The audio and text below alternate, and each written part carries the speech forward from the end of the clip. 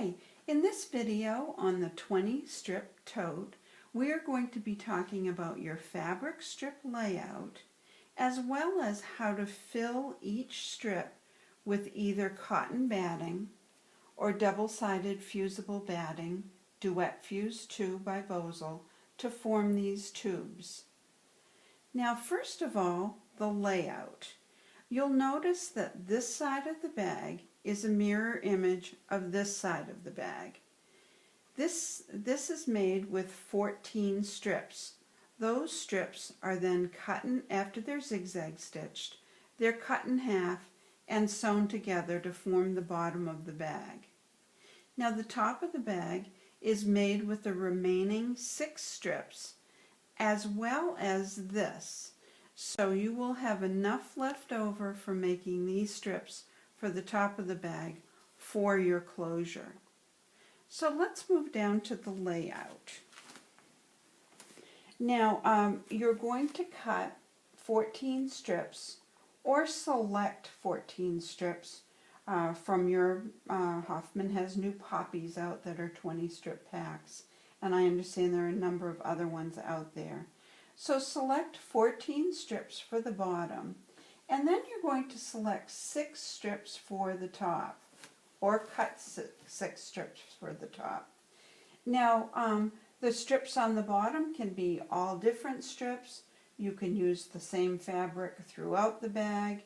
You can have different strips on the bottom and use all one fabric for the top of the bag to match your binding fabric and your inside pockets. It's up to you. Do whatever you want to do. Now the next thing is that in this project you will be filling some of your strips with batting and some of your strips with double-sided fusible batting. The double-sided fusible batting is particularly good in giving the bag strength. So you want those strips to be your center strips. So it's the center 8 strips on each side. So I'm going back to the bag, and so these center 8 strips right here are filled with double-sided fusible batting. That gives the center of the bag structure, and then the sides just have regular cotton batting. So what I'm going to do is I'm going to split them 1, 2, 3, 4, 5, 6, 7, 8. And those 8 will be the ones that I will be filling with double-sided fusible batting. Everything else, including the top, will be filled with regular cotton batting. So I am going to go to the sewing machine. I'm going to take one of my strips and I'm going to turn to the sewing machine. Before we get started sewing, I'd like to talk to you about needles and thread, and also a presser foot, which might be easier for you to use. Now, I recommend when you're straight stitching, which I'm going to do now, just about any needle will do, but when you zigzag stitch, the Genovi purple tip needles I recommend strongly. It's a 90-14 needle, and it's wonderful for working with heavy, thicker fabric. Or the Inspira brand denim 110-18 needle. Either of those work wonderfully. So those are the 2 that we recommend. We also recommend that you use a 50 weight thread. So Aurifil has a wonderful 50 weight, and this is a thin thread, cotton thread. Or Superior Threads happens to have a 50 weight polyester thread, which I think is great for bags because it stands up a little bit better. One other thing that might make it easier for you is to use a presser foot that has a flange in the center. Most of these presser feet have a space wide enough so you can zigzag stitch with them, and you'll want to make sure that you've got that because you're going to have to move your needle around a little bit. That flange kind of acts as a third finger as you're pushing your strips through. So we recommend the flange.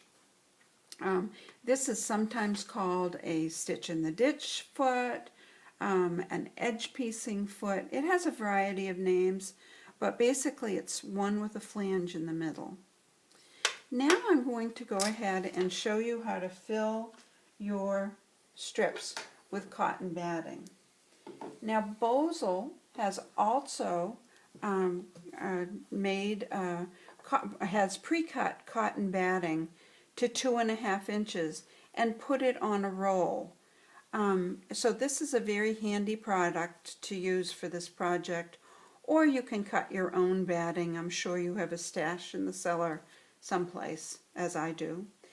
Now oftentimes with Bosel, this is cut double, so you want to just use one layer as you're doing this project, and then roll the other piece up and use that on some of your strips.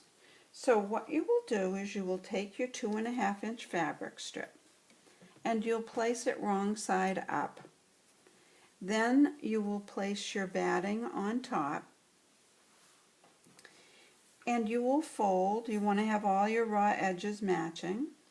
You'll fold your raw edges to the center and then fold that in half. So you're nesting your batting inside your tube.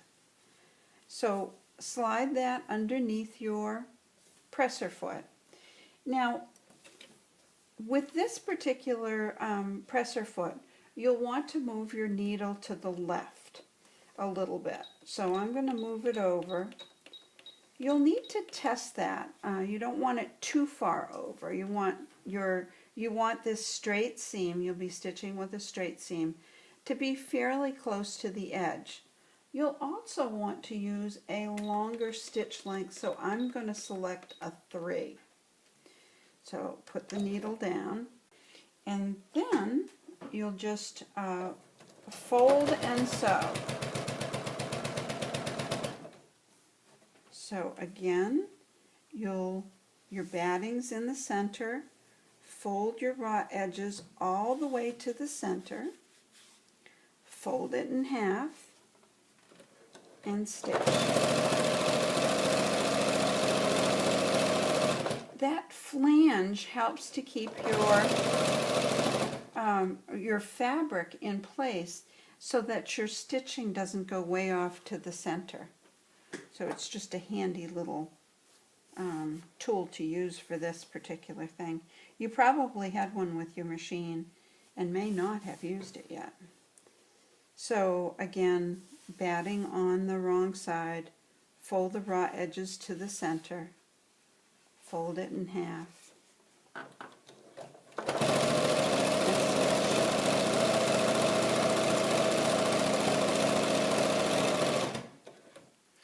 When you're finished, you're going to have a tube that looks like this. So if you can see the stitches right there, it's finished on both sides, and the batting is all enclosed with stitching. So now I'm going to show you how to fill your strips with double-sided fusible batting. So I'm going to just move these strips to another spot. Now these are the 8 strips right here that I'm going to fill with double-sided fusible batting. So I'm going to select one, and I'm going to move this out of the way. And there's a couple of things that you want to keep in mind when you're working with fusibles. First of all, you want to cover your ironing board completely. You can do that with a Teflon ironing sheet or with parchment paper. This is readily available at most grocery stores. The next thing that you'll want to do is you want to have a nice steam iron. This one has a nice blast of steam. So you will again place your fabric strip on your ironing board with the wrong side up. You may want to use what's called thermal thimbles on your fingers while doing that to protect your fingers from getting steamed by your iron. Place the double-sided fusible on top. Now I'll roll out a little bit. Now the double-sided fusible, if you have a problem with it fusing at all, flip it over to the other side, because in the manufacturing process, oftentimes the fusible is needled in a little bit more on one side than the other. So if for some reason it's not sticking, just flip this piece over. So what you will do is you will fold your fabric to the center, nestling that double-sided fusible inside your fabric. And then you'll give it a little burst of steam.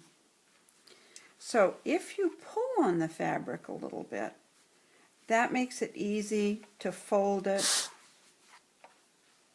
and steam it. So just fold and steam, fold and steam, fold and steam, fold and steam, fold and steam, and so forth, right down the whole strip.